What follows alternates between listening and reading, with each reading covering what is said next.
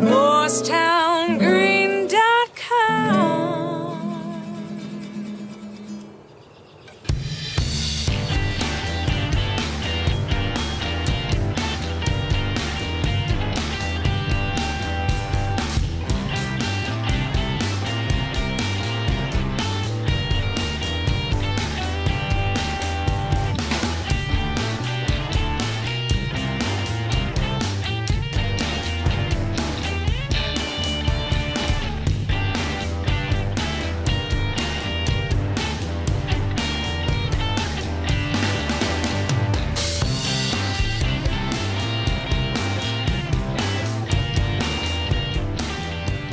Hi, we're here with Craig Carton, host of one of the most popular morning programs on radio in America and in New York City. It's called Boomer and Carton. Craig Carton, thanks so much for being here. Thank you very much for having me. No problem. Beautiful Mendham, New Jersey, right next to Basking Ridge. That is correct. And we are on Wham TV, and thanks again for being here. So we're going to talk about this book that you just had come out called Loudmouth, and probably a couple other things. And it would appear that we need to sell some more of them, which hopefully we will do today. There you go.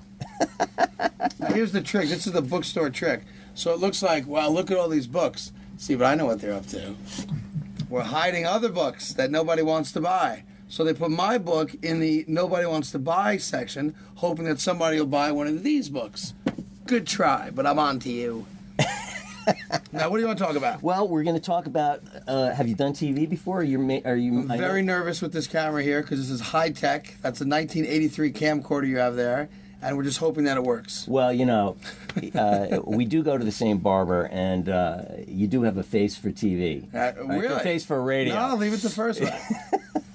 I wanted to ask you, how did you become interested in radio? How old were you? How did you get into it? What was? I kind of fell into it. It wasn't my grand plan to be on the radio. I knew what I didn't want to do. And I didn't want to wear a jacket and tie. I didn't want to sit in a cubicle. I didn't want to ride a train 9 to 5 every day and do the same thing every day. And then I did a little radio in college. Syracuse? I went to Syracuse. All right. Got offered a job in Buffalo. And then people seemed to think I was good at it, so they started offering me better jobs. And there was no grand plan, and I got lucky. How long did it take you to find your persona on radio? I knew who I was day one. Like, I knew how to talk to people, to the average guy. What I didn't know how to do was radio. So it took me, I started in Buffalo, went to Cleveland, and I got to Philadelphia in the first 18 months of my career. So I'm sitting in Philly, I'm 22 years old, and I don't know the first thing about how to do radio, but I got to Philly because I knew how to talk to guys. And then in Philly, I really learned the mechanics of how do you do a radio show. And without going to Philadelphia, I mean, there's a chance I'd be dead and buried along the river in Cleveland right now. Were you always edgy? Was it always edgy? Did you start out a little... No, it was always real. You got to be real and you got to be relevant. So I figured out how to do both. The real part is easy. I was myself. Right. Now, you may not like me, and if you don't like me, fine. But the people that don't like me listen, it seems, as much as the people that do. Did you have difficulties? For instance, I mean, you've been compared to Howard Stern, right? Who is possibly he's the king of all media. He's the greatest talk radio host of all time. And it's funny when people say, "Oh, he's the Howard Stern of sports." They say that with derision, but to me, that's the biggest compliment you could give me. Right? Because now you're putting me in the conversation with the guy that's the best ever. And I don't belong in that conversation, but you can keep putting me in there if you want. Okay, well, we'll boost your self-esteem as we go along. I appreciate that. Okay, so now you're on WFAN, and this is your second time on FAN. Didn't you intern? No, I was an intern there. Right. Excuse me. I interned there during the first year that FAN was a radio station, and I hated the internship. And I actually left that internship the summer of '88 saying, boy, if this is what a radio station's like, I want no part of it. And why was that? Because I worked for a guy named, I probably shouldn't say that, It's children. Okay. They've heard that Let's word not use that before. word around mom and dad. Wait for them to leave and go get a cup of coffee, and then we can all say together, word of the day. Now, we'll probably edit that out of this. I worked for a bad guy named who was from Cleveland, ironically. I actually replaced him years later when I got the job in Cleveland, but he just wasn't a good guy. They ran the newsroom like an adult newsroom, and I'm anything but an adult. So, structure and responsibility and things in triplicate never worked for me. I needed to be really free-flowing, no rules, and get the job done that way. Right. Interesting. That's fantastic. Have you ever met Howard? Have you? No. Have you been interviewed by Howard? I have not. You have not. No. Okay. Would that be a huge honor? I mean, I'm 44 now, so Yeah. I don't idolize anybody. I wouldn't be. He's a guy. Yeah. So if I met him, it'd be great, but I wouldn't be weird about it. Right. I used to see him every day. I used to see him all the time. So you're name dropping. No, See? but I saw him. I know Howard I've not Stern. met him. I have never met him. Well, you kind of intimated that you No, met. I've seen him in an elevator. Saw him in a Well, restaurant. That's about it. That doesn't really count. It does not. It absolutely doesn't. So I have to say, you mentioned a little story starting out when you're a really young kid. You went to Montessori school. Yep. Yeah. And you had to go to the bathroom. True. And you absolutely could not hold it. Well, I mean, I'm 5 years old. I mean, name a 5-year-old when he's got to go, he's got to go. And- You act like I'm 30 and, oh, what do you mean you couldn't hold it? I had to go. And what happened? I mean, I went. Did you plead with the teacher? Did you? Well, I mean, I don't remember the specific conversation other than I got to go. And back then, when you'd go to the bathroom, there were bathroom passes. You Right. probably remember this. I do. And they would have like the biggest piece of wood, and then there'd be a little key attached to it. Yeah. And the idea would be that you couldn't lose the key because it's attached like a 2x4.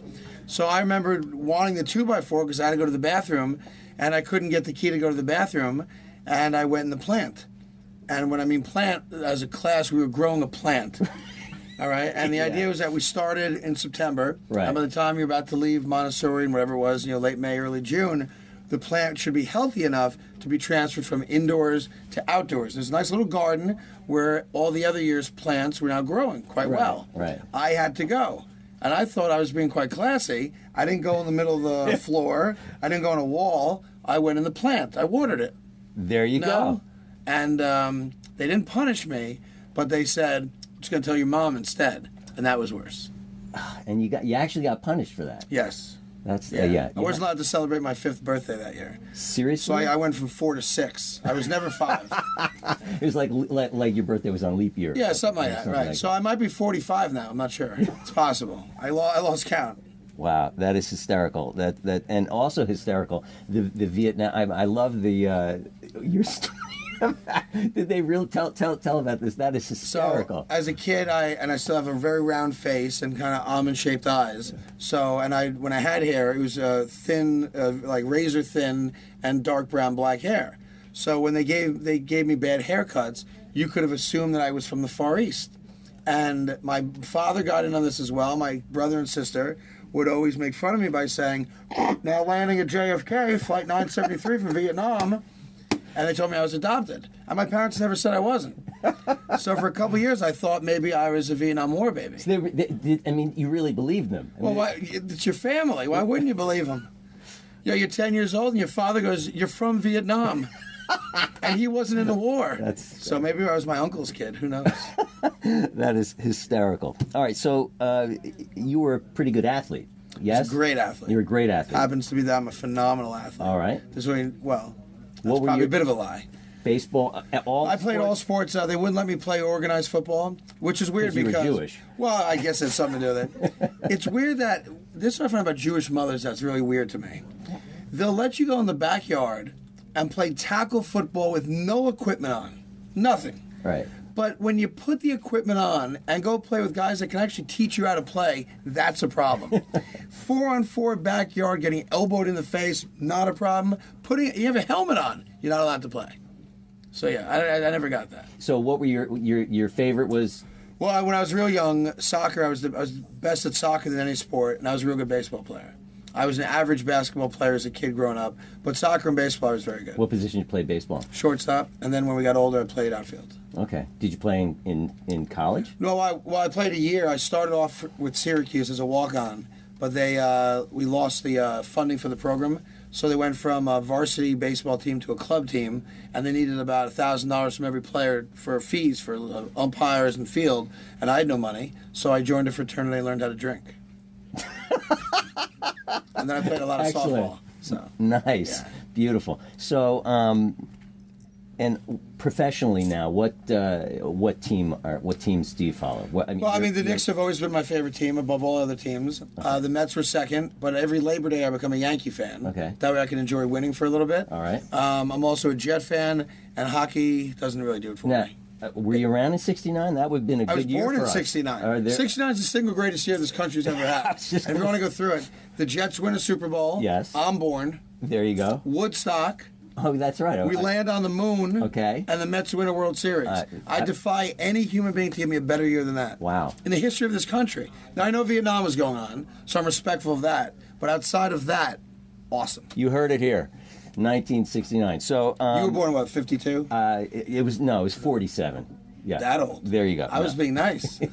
I was at the afternoon game in '69. The game, Swoboda had that fantastic catch in right field, and it was a great memory. I was young, but I had it. So let's talk. I wanted to talk a little bit. You mentioned about you did have a really tough childhood. You had a bunch of... Well, let me stop. I wasn't beaten. I wasn't locked in the cellar or in like a small box and only let out once a day to eat. I just had a strange childhood. But I want to be clear, although I was locked in a contraption once. To control... Ticks Tourette's. from Tourette's. Okay. I wasn't whipped. Now let me... I was hit with a wire brush once, but I kind of forgave that one. Was it a fuller wire? No, my brother and I were fighting, and I gave him a bloody lip, and my mom was clearly, having a... Older brother? And older brother, and she brought us both into the bedroom, made us lay down on our stomachs next to one another, pulled our pants down, took a wire brush, and beat our with a wire brush. She was having a bad day. Okay. Can we talk a little bit about the Tourette's? Sure. Because, sitting here talking to you, you would never know that you have any kind of tick. You don't have any ticks that I see. I'm blessed in that I'm able to kind of hide them and control them for a period of time. Okay. So I can sit here and talk to you. You'd never know. And then when I get in the car, if you're sitting next to me... You tell a story in the book about with my wife. Oh, yeah. Well, she was my girlfriend at the time. The way I wasn't diagnosed until I was 30, so my girlfriend moves out to Denver, and she's now my wife.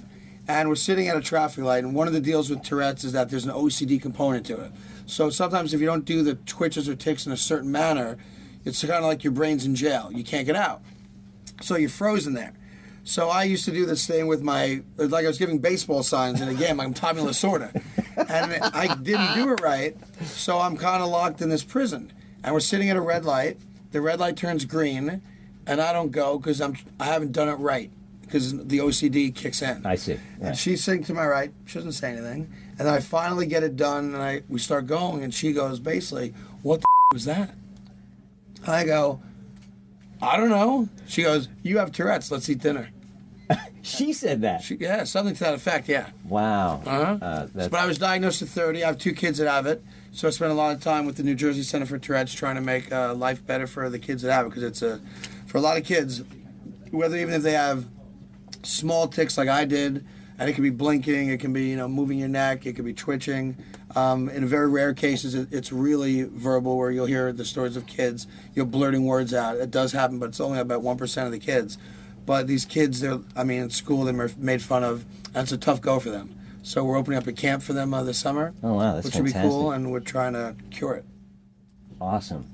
And the ADD, were you actually diagnosed with that, or do you just kind of I've been diagnosed. You name it, but I refuse to take medicine for it. Right. So because I can't do a radio show on it. No. Right. No. See. Okay. Another thing that was fascinating to me, you were talking about your grandfather. He was a boxer. He was a Golden Glove boxer. He won the Golden Gloves twice as a middleweight. In the 40s? In the 50s? It was the 30s when he won. In the 30s? Yeah, I never met him. He died when my dad was 18, but he was a Golden Glove boxer, very good, went pro, was a lifeguard in Coney Island, and ran a gas station and diner. And what I really thought was that he actually worked with some mobsters? He was the muscle for the Jewish mob in Brooklyn. Was it? Do you remember? Throughout the decade of the 30s, but I couldn't tell you. It wasn't Mickey Cohen or I'm Bugsy sure if Siegel they were around, or it was all of them. Yeah, wow. Because no one, he could handle that himself. Is so cool. Yeah. So it's right out of Boardwalk Empire. Never saw it. Okay, well, he would have fit I've in. lived it. Why would I watch? Well, there you go. So another. So you're giving all these guys a free show. I don't start till 1. You're giving them all the good stuff. And I gotta say, so you had strict parents, mm-hmm. parents who you felt show enough emotion to. Listen, my parents love me. They just weren't fond of saying it. Right. They clearly want what's best for me. They clearly love all their kids, but they didn't know how to explain that to you or share that with you. Right. So you grew up in a household where no one ever says it. Right. And so my question, reading your dedications at the end of the book, moving. I mean, really moving. Fantastic to Thank read. you. And I mean, as a father, brought up a lot of emotion. And so my question to you: you have 4 children. I do. What did you do? Was it just a natural thing once you had kids? Was it a conscious thing? How did you break the pattern from your grandfather to your father to you? I've always been great with kids, better than I am with adults. Like, this whole thing's very uncomfortable for me. Okay. It might be you, though. It could as be. As opposed to if anyone else here was interviewing there me. You go. So having a relationship with my kids was the most natural thing I ever did. And it's as anyone who's a parent can tell you, it's a different kind of love and a different kind of feeling you have from Jump Street and then obviously throughout their entire lives. So to me, it came very natural, and I made a point when I got married and had kids that I was going to be different, that my kids would know that they're loved and they'll hear it every day. And that was more important to me than anything. I mean, that's really great. I mean, it's awesome, and you're also lucky to have a woman. I have a great wife. Yeah. She's How long the have you been best. together? 14 years. She wants a bigger ring though, which I don't get. Like, I find it offensive, actually. Well, you can afford it now. Whether I can or can't afford it's not the issue. When I could afford a $3,000 ring when I fell in love and married you, that's what you got. You should keep it, right? Like, every time we walk past a jewelry store, well, that'd be nice. I go, no, the little thing on your finger's nice. So I told her when we get to 20, I would remarry her and get her a new ring. So she's got to give me 6 more good years. Okay. I'm hoping. So we're talking to a lot of kids are watching right now. Right. Do you have any advice to kids who may be facing some adversity of their own? First off, get healthy. That's the most important thing, because when you have that, then you can do anything you want. And I tell my kids this all the time.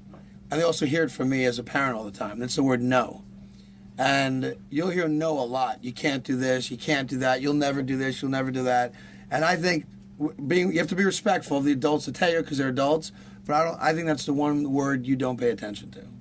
Now, when your mom and dad say, don't throw stuff at your sister, then you have to listen. Don't stab the dog with a scissor, you have to listen. But if everyone ever tells you you can't accomplish something, don't listen to them. Because if I listened to them, I'd be a short order cook somewhere in Mendham right now. There's nothing wrong with being a short order cook in Mendham. There's a couple diners here that are questionable. I'm not going to lie to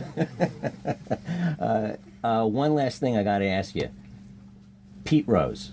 Mm-hmm. Hall of Fame? Yeah. Definitely. If you base it on playing, it's a no-brainer. I totally agree. If you started taking guys out of the Hall of Fame who were bad guys, the Hall of Fame would be half empty. Right. Now, what he did was wrong. I have no problem banning him from the sport. That's fine. But he's got more hits than anybody. How is he not in the Hall of Fame? I agree. How do we well, why won't... I mean, I think, for instance... He'll get in when he's dead. Oh, is that what I truly believe that. Because then... At some point, 10, 20 years from now, new commissioner, Pete Rose is dead and gone, whatever that is, he will get in eventually. They will never give him the joy of getting in when he's alive. And There's no doubt totally about it. agree with you. I can't believe he's I think not some in. of the steroid guys should get in. I think Bonds should be in. I think Clemens should be in. Do you I think think Bonds A-Rod should should be get in? in. Yeah, I do. Because I think that's worse, though. Even without the steroids, they're amongst the best players ever played. But was Bonds great before he became... Yes. He was? I think so, yeah. Okay. I mean, I don't talk about sports for a living or anything, but... This is why I'm asking. No, I would put them all in. I would. Wow. Okay. All right. Well, I had to ask the Pete Rose because that's okay. one that really bothers me. Because he should be in. I agree. Absolutely. 100%. I want to thank you so much for coming here. Thank you for having me. Awesome. Clearly, you don't have any personality at all, and I None. can't understand why people are listening to you. Get healthy. Get out of that hospital ASAP if you can, okay? And don't forget, guys, take a look. Ask your folks for this book or go get it yourself. Yeah, let me show you a little thing about read. choices in life, yeah? So here's a book that you could buy. Here's another book that you could buy. That's a bad book. This is a good book. But you can't read it till you're 16. There you go. Thanks so much. Thanks again. Thank you. All right. Appreciate it. I think I just bought a book.